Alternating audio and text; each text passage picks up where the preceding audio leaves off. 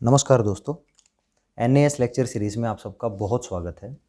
दोस्तों, इस वीडियो में इससे जस्ट पहले जो वीडियो अपलोड किया है उसमें ट्रांसफ़र फंक्शन की नेसेसरी कंडीशंस को हमने एक्सप्लेन किया था इस वीडियो में। तो इन्हीं कंडीशन बेस्ड यहाँ 4 न्यूमेरिकल प्रॉब्लम्स मैंने लिए हैं जिनको हम वन बाय वन सॉल्व करेंगे। बिना टाइम वेस्ट किए पहली प्रॉब्लम पे आते हैं। पहली प्रॉब्लम में V2 of S upon V1 of S यानी वोल्टेज ट्रांसफर फंक्शन आपका गिवन है, जिसमें जो आपका नोमिनेटर है वो है आपका 3S प्लस 2 और डिनोमिनेटर है 5S cube plus 4S square plus 1। आपको बताना है कि क्या ये एक वैलिड ट्रांसफर फंक्शन है या नहीं है। देखो, हमें पता है कि नोमिनेटर्स में जो कोफिशिएंट हैं आपके वो रियल होने चाहिए, यानी वो पॉजिटिव भी हो सकते हैं, नेगेटिव भी हो सकते हैं। तो इसका मतलब ये है कि नोमिनेटर्स के जो कोफिशिएंट्स हैं वो आपके पॉजिटिव भी हैं और रियल भी हैं। ये आपके कोफिशिएंट्स हैं, ठीक है। तो नोमिनेटर तो ठीक है। डिनोमिनेटर में हमने देखा एस क्यूब का कोफिशिएंट 5 है, एस स्क्वेयर का 4 है और एस की पावर 0 का 1 है।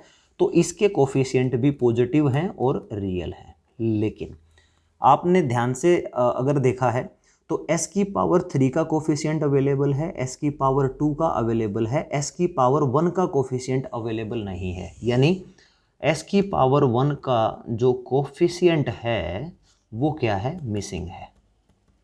और हमें पता है कि कोफिशिएंट किस केस में मिसिंग हो सकते हैं, या तो सारे ओड पावर्स के कोफिशिएंट मिसिंग हो या सारे इवन पावर के कोफिशिएंट मिसिंग हो, लेकिन रैंडमली एक पर्टिकुलर एस की पावर 1 का कोफिशिएंट मिसिंग है।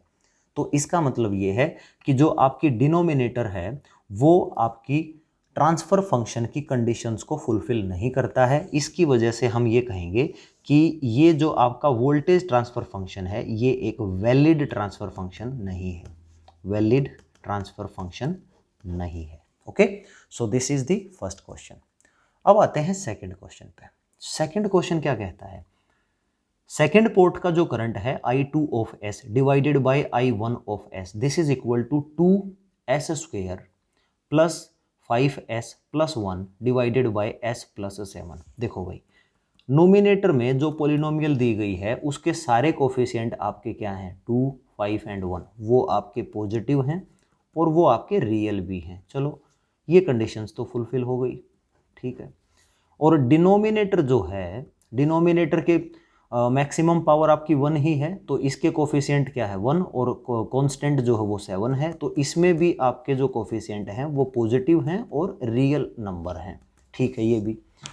लेकिन यहाँ एक बात ध्यान से देखो कि जो आपका वोल्टेज ट्रांसफर फंक्शन है या करंट ट्रांसफर फंक्शन है उसमें नोमिनेटर की मैक्सिमम डिग्री कितनी हो सकती है, वो डिनोमिनेटर की डिग्री के ही बराबर हो सकती है।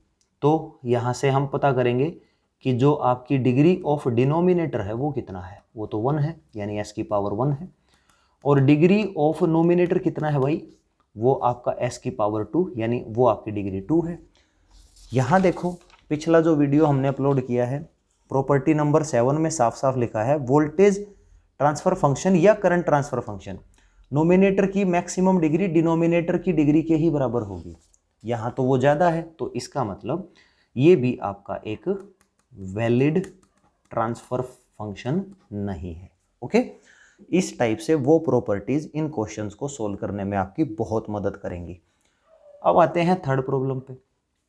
थर्ड प्रॉब्लम में क्या है, Z2S, यानी ये आपका क्या है, इसको हम कहते हैं impedance transfer function which is equal to 1 upon S cube plus 2S। देखो भाई, नोमिनेटर में जो कोफिशिएंट है वो सिर्फ एक ही वैल्यू है और वो आपका एक पॉजिटिव और रियल नंबर है, कांस्टेंट वैल्यू है। तो ये आपका पॉजिटिव और रियल कोफिशिएंट है, ठीक है। डिनोमिनेटर में देखो S की क्यूब का कोफिशिएंट 1, S का कोफिशिएंट 2, तो जितने भी कोफिशिएंट अवेलेबल हैं वो पॉजिटिव भी हैं और वो आपके एक रियल नंबर भी हैं, ये भी बात ठीक है। दूसरी मिसिंग टर्म्स है, S की पावर 2 भी मिसिंग है और S की पावर 0 का कोफिशिएंट भी मिसिंग है। इसका मतलब जो मिसिंग टर्म्स हैं उसमें एक प्रॉपर पैटर्न फॉलो होता है। क्या, जो आपका डिनोमिनेटर है उसमें जो इवन पावर्स हैं, इवन पावर्स आपकी मिसिंग है, ये मिसिंग हो सकती है। इवन पावर आपकी मिसिंग है, ओड पावर्स आपकी अवेलेबल है। ठीक है, अब यहां जो ट्रांसफर फंक्शन है इसमें जो नोमिनेटर और डिनोमिनेटर है, नोमिनेटर की मैक्सिमम डिग्री डिनोमिनेटर की डिग्री से एक ज़्यादा हो सकती है, मैक्सिमम, मिनिमम तो कांस्टेंट वैल्यू भी हो सकती है। तो इसका मतलब ये हुआ कि इस इम्पीडेंस ट्रांसफर फंक्शन ने सभी की सभी कंडीशंस को फुलफिल कर लिया है। Poles and zeros must be conjugate if imaginary और कॉम्प्लेक्स। चलो एक बार जो जीरो है वहाँ तो सिर्फ एक कांस्टेंट ही है, तो वहाँ पे तो कोई रूट्स निकलेंगे नहीं। तो ये जो डिनोमिनेटर है इसके एक बार पोल निकाल लेते हैं। ये कहता है कि अगर पोल इमेजिनरी हैं या कॉम्प्लेक्स हैं तो फिर वो कॉन्जुगेशंस में होंगे। तो वो देख लेते हैं, s³ + 2s। यहाँ से मैंने क्या किया, s को कॉमन ले लिया, ये बना s² + 2 that is equal to 0। Equal to 0 रखना पड़ेगा पॉलिनोमियल को, तभी आपके पोल्स निकलेंगे। तो यहाँ से एक पोल तो s = 0 है, दूसरा पोल क्या है, s² = -2, और s क्या होगा, दैट इज ±√2। नेगेटिव का रूट कितना होता है, imaginary number, that is j और आयोटा। तो ये आप देख लीजिए, +√2j और -√2j, ये किस में है, ये कॉन्जुगेशंस में है। तो ये कॉन्जुगेट टू ईच अदर है, यानी एग्जैक्टली सही प्रॉपर्टी फॉलो की है। तो जो क्वेश्चन नंबर 3 है इसने ट्रांसफर फंक्शन की सभी प्रॉपर्टीज को बहुत अच्छे से फॉलो किया है, तो हम इसे कहेंगे ये आपका एक वैलिड ट्रांसफर फंक्शन है। अब आते हैं लास्ट प्रॉब्लम पे। लास्ट प्रॉब्लम क्या है, वोल्टेज ट्रांसफर फंक्शन दे रखा है।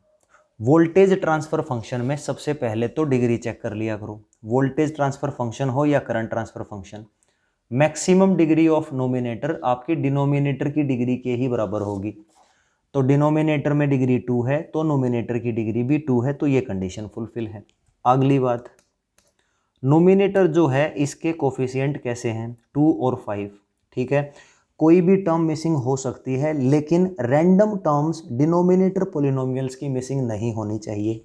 तो यहाँ पे आपके जो कोफिशिएंट हैं वो पॉजिटिव हैं और वो आपके रियल भी हैं। एक चीज़ मैं आपको और बता दूं, डिनोमिनेटर के कोफिशिएंट अगर इमेजिनरी हैं तो आप कहेंगे वैलिड ट्रांसफर फंक्शन नहीं है। कोफिशिएंट नेगेटिव हों, कोफिशिएंट रियल नंबर्स होने चाहिए, कोई भी टर्म्स आपके मिसिंग हो उससे नोमिनेटर की पॉलिनोमियल पे कोई असर नहीं पड़ता है। ठीक है, तो ये आपके रियल कोफिशिएंट हो गए। अगली प्रॉपर्टी, डिनोमिनेटर की ओर चेक कर लो, s की पावर 2 3 है, s की पावर 1 का 9 है, s की पावर 0 का 1 है, ये भी सारे आपके पॉजिटिव हैं और रियल कोफिशिएंट हैं। ठीक है भाई, दोनों की पावर भी सेम है। ठीक है, अब इसके रूट्स निकाल लो। नोमिनेटर के रूट्स कितने निकलेंगे, 2s² + 5 that is equal to 0। इन्होंने कहा पोल हो या जीरो हो, रूट्स अगर आपके कॉम्प्लेक्स या इमेजिनरी हैं तो कॉन्जुगेशंस में होने चाहिए। तो देख लेते हैं, s² कितना बचा, यहाँ -5 डिवाइड बाई 2 दैट इज -2.5, और s कितना होगा, दैट इज ±√2.5 इंटू j या आयोटा। तो ये आपके क्या हैं, कॉन्जुगेशंस में है, तो कॉन्जुगेशंस में ही होने चाहिए, राइट। ये कॉन्जुगेट्स हैं। तो जो आपका नोमिनेटर की पॉलिनोमियल है उसने तो प्रॉपर्टी को अच्छे से एक्सेप्ट कर लिया है, सभी प्रॉपर्टीज़ को फुलफिल कर लिया है। अब तीसरा, 3s² + 9s + 1, इसके जब आप रूट्स निकालोगे, या तो रूट्स आपके रियल होंगे तो नेगेटिव होने चाहिए या जीरो, पॉजिटिव नहीं होने चाहिए। ठीक है, और अगर ये कॉम्प्लेक्स हैं तो फिर 100% ये आपके कॉन्जुगेशंस में होने चाहिए। तो इस प्रॉपर्टीज़ को जब आप फॉलो करोगे तो इस इक्वेशन को 0 के बराबर रखो, -b दैट इज -9 + -b² 9 81। ठीक है, -4ac 4 × 3 that is 12 × 1, this divided by 2a।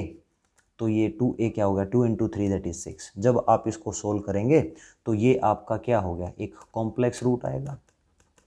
ठीक है, कॉम्प्लेक्स नहीं आएगा, ये आपके नेगेटिव रूट्स आएंगे, 100% नेगेटिव आएंगे।